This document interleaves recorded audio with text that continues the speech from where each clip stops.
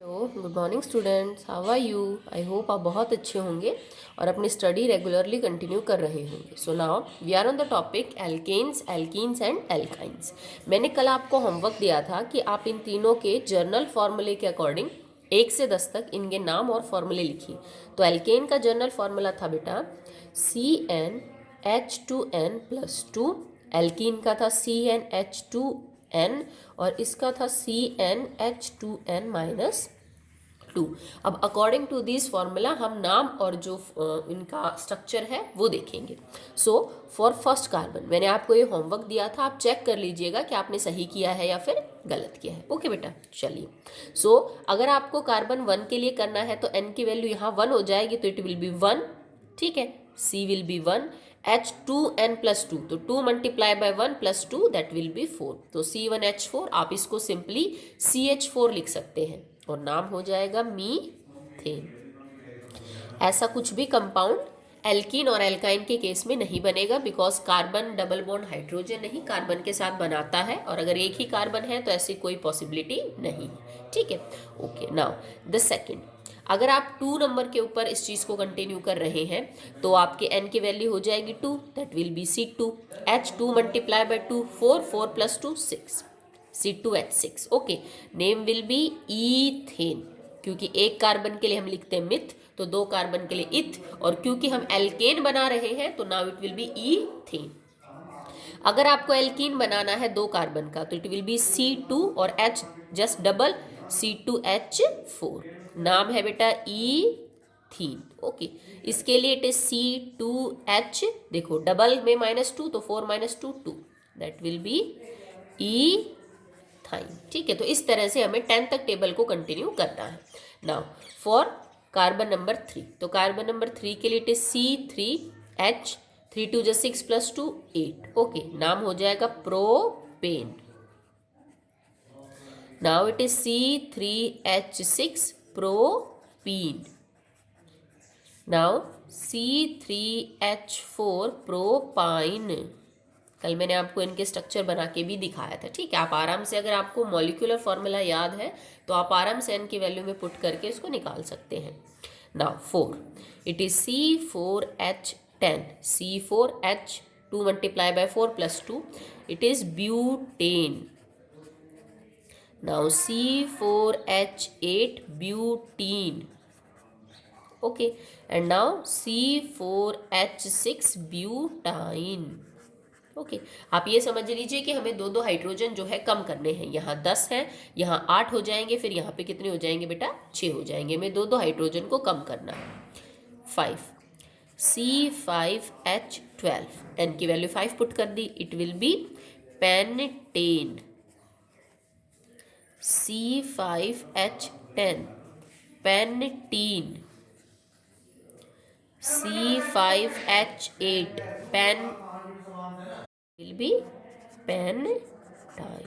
Okay, so for carbon number 6 that will be C6H12, 2 multiply किया तो उससे हो गया, प्लस में 2 कर दिया तो 40, it will B hexane. Now C6H12 hexene और C6H10 हेक्साइन। ठीक है, आई होप आप क्लियर हैं इस बारे में। अगर मैं आपको रैंडमली कुछ भी दे दूं कि बेटा आप ब्यूटीन का फॉर्मूला बताइए मेरे को क्या होगा, पेंटाइन का फॉर्मूला बताइए क्या होगा, तो आपको इतना पता होना चाहिए। पेंट का मतलब है मैडम कार्बन का नंबर 5 है। पेंट वर्ड कब आता है, जब कार्बन का नंबर 5 हो। और आप कह रहे हो पेंटाइन मतलब पीछे YNE है, YNE का मतलब एल्काइन है। देखो एल्काइन के नाम में भी पीछे YNE, ENE, ANE। ठीक है, तो आपको पता चल गया कि हमें 5 कार्बन के एल्काइन का फॉर्मूला बनाना है। तो आप एल्काइन के जर्नल फॉर्मूले में जाएंगे, n की वैल्यू 5 पुट करेंगे और उसके बाद आप अपना स्ट्रक्चर बना देंगे। ठीक है, चलिए आगे कंटिन्यू करते हैं। फॉर कार्बन नंबर 7, ठीक है, तो कार्बन नंबर 7 के एल्केन का होगा C7H14 + 2, दैट विल बी 16। ये हो जाएगा CH17 और H हो जाएगा 14, और ये हो जाएगा CH और ये 12। ठीक है, आप समझ गए होंगे। This is for alkane, this is for alkene and this is for alkyne. ठीक है, तो 7 नंबर में ये हो जाएगा, इट इज हेप्टेन, हेप्टीन, और ये हो जाएगा बेटा हेप्टाइन। क्लियर है? ठीक है। Next carbon number 8। तो कार्बन नंबर 8 में C8H18, C8H16, C8H14. It will be octane, octene, octine। ठीक है। Carbon number 9, 29, 18, 9, 16। Okay, it is nonane, nonine, nonine। ठीक है। C10, तो C10H22, C10H20 and C10H18। that will be decane, decene, डेकाइन। ठीक है। तो ये बेटा मैंने आपको 1 से लेके 10 तक एल्केन, एल्कीन और एल्काइन, इन तीनों के जो कॉन्जिक्यूटिव मेंबर्स हैं 1 से लेके 10 तक, उनके फॉर्मूले और उनके नाम जो है ये लिखने सिखा दिया। आप अपनी कॉपी में चेक कर लीजिएगा, बिकॉज ये मैंने आपको कल होमवर्क दिया था, तो कोई मिस्टेक हो तो आप उसको ठीक कर लीजिएगा। ठीक है।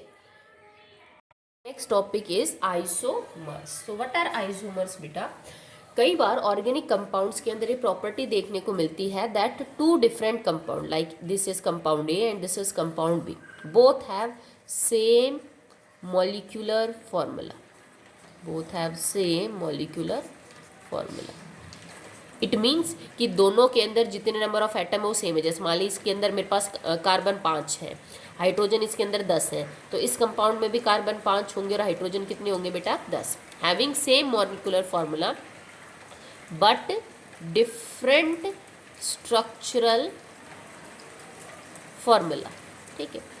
ऐसे दो या दो से ज़्यादा, it can be possible like एक सी कंपाउंड हो, लाइक एक डी कंपाउंड हो जिसके साथ भी सेम हो, कि उन सबका मॉलिक्यूलर फॉर्मूला तो एक जैसा हो, मतलब नंबर ऑफ कार्बन, हाइड्रोजन या कोई दूसरा hetero atom like oxygen, nitrogen, ये सब नंबर में सेम हो, बट जब हम उनको खोल के स्ट्रक्चर बनाएं तो उनका जो स्ट्रक्चर है वो क्या निकल के आए बेटा? डिफरेंट निकल के आए। तो हम कहेंगे ये सारे कंपाउंड एक दूसरे के क्या है बेटा? आइसोमर्स है।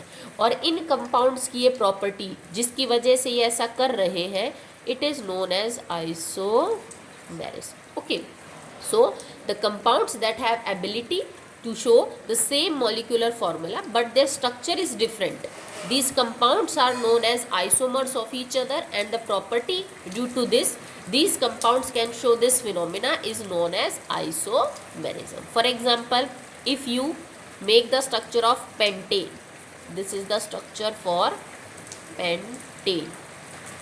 ठीक है। Carbon number will be 5 and your hydrogen number will be 12. Okay, 3 4 5 6 7 8 9 10 11 12. तो formula will be C5H12. Now name of this compound will be N-pentane. ठीक है। Now you know the why it is pentane, but N is for normal. If all carbons are arranged in a straight chain, then this small n will be used and it is for normal, कि straight chain में जुड़े हुए। अब मैंने क्या किया कि carbon की चेन तो 4 की बना दी। ठीक है, 1 2 3, एक यहाँ पे लगा दिया CH3, एक CH3 इधर लगा दिया, एक H इधर, एक H इधर और एक H इधर। इन टर्मिनल वालों को आप CH3 भी लिख सकते हो, नहीं तो आप हाइड्रोजन को खोल के दिखा दो। तो अब इसमें चेक करिए कार्बन कितने हैं, 1 2 3 4 5, 5 कार्बन है, मतलब फॉर्मूला C5।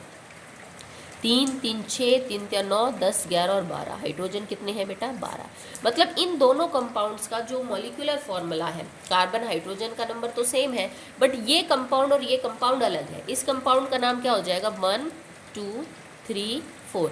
सेकेंड नंबर वाले कार्बन पे एक ग्रुप लगा हुआ है, दैट इज CH3, और CH3 ग्रुप का नाम होता है बेटा मीथाइल।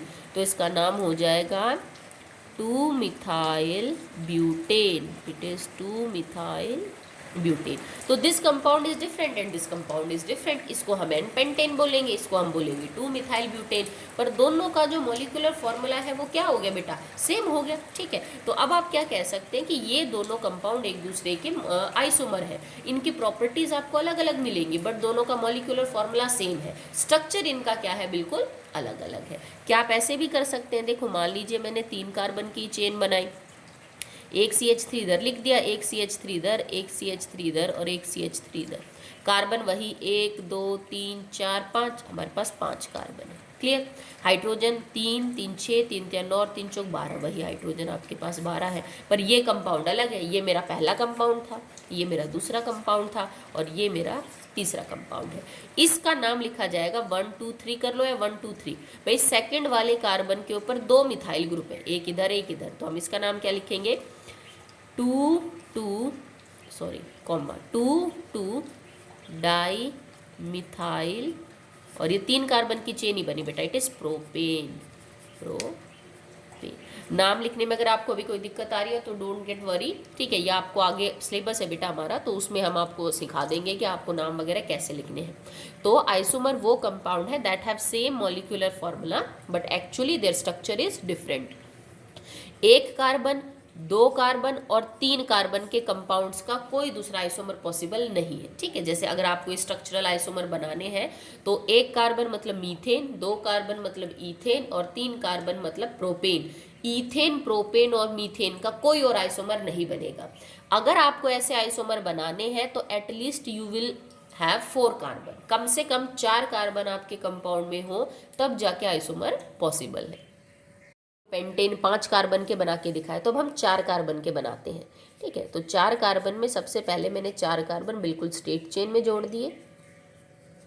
आप चाहो तो हाइड्रोजन को खोल के लिख लो, चाहे तो ऐसे लिख लो कंडेंस, पर इस बात का ध्यान रहे बेटा कि हर कंपाउंड में कार्बन को 4 बॉन्ड बनाने ही बनाने हैं विद कार्बन और हाइड्रोजन हमेशा 1 बॉन्ड बनाएगा। ठीक है, तो इस कंपाउंड का नाम हो जाएगा एन ब्यूटेन, वही कि 4 कार्बन बिल्कुल सीधे जुड़े हुए, तो एन ब्यूटेन और नॉर्मल ब्यूटेन। अब मैंने क्या किया कि कार्बन की चेन तो बना दी 3 की, और बीच वाले कार्बन के ऊपर एक लगा दिया CH3 और इसकी वैलेंसी पूरी करने के लिए एक लगा दिया यहाँ H। वही मॉलिक्यूलर फॉर्मूला होगा, देखो इसमें 1 2 3 4 तो हो गए कार्बन, 3 4 5 6 7 8 9 10 हो गए हाइड्रोजन। इसमें भी कार्बन चेक करो, 1 2 3 4, ठीक है, हाइड्रोजन 3 3 6 3 3 9 और 1 10। तो मॉलिक्यूलर फॉर्मूला तो सेम है but this compound is different and this compound is different. इसका नाम क्या हो जाएगा 1 2, तो इट इज 2 मिथाइल प्रोपेन। ठीक है, तो इसका तो और कोई बढ़ ही नहीं सकता, ये 2 ही बन सकते हैं। फिर हमने 5 कार्बन में कितने बनाए, देखो 4 कार्बन के कंपाउंड के 2 आइसोमर बने, 5 कंपाउंड कार्बन वाले के 3 आइसोमर बने। ठीक है, तो अगर मैं आपको 6 कार्बन 7 कार्बन या 8 कार्बन का कोई कंपाउंड दे दूँ तो उनके और ज़्यादा बन जाएंगे। ठीक है, तो आज आपका होमवर्क क्या रहेगा बेटा कि आपको 6 कार्बन मतलब हेक्सेन, 7 कार्बन मतलब हेप्टेन, इनके कितने आइसोमर पॉसिबल है वो आपको लिखने हैं, कितने आइसोमर आप बना सकते हो। ठीक है, अगर आप नाम लिखने में, जैसे आपको नॉमेनक्लेचर करने में, IUPAC नॉमेनक्लेचर करने में दिक्कत आएगी बिकॉज वो टॉपिक अभी नहीं आया है, तो आप खाली स्ट्रक्चर बनाइए। ठीक है, और स्ट्रक्चर बना के फिर चेक करिए कि आप कितने पॉसिबल बना सकते हो जिनमें मॉलिक्यूलर फॉर्मूला तो यही हो इनका। हेक्सेन का क्या हो जाएगा बेटा C6H14, इसमें क्या हो जाएगा C17H16, जिनका मॉलिक्यूलर फॉर्मूला तो यही हो बट कंपाउंड जो हो वो अलग अलग हो। ठीक है, एक इस बात का ध्यान रखिएगा कि स्ट्रक्चर बनाने के बाद भी आप उसको घुमा फिरा के चेक कर लीजिएगा, कहीं सेम स्ट्रक्चर आपने उल्टा और सीधा बना रखा हो तो उसको हम एक ही मान लेंगे। ठीक है, so that's all for today.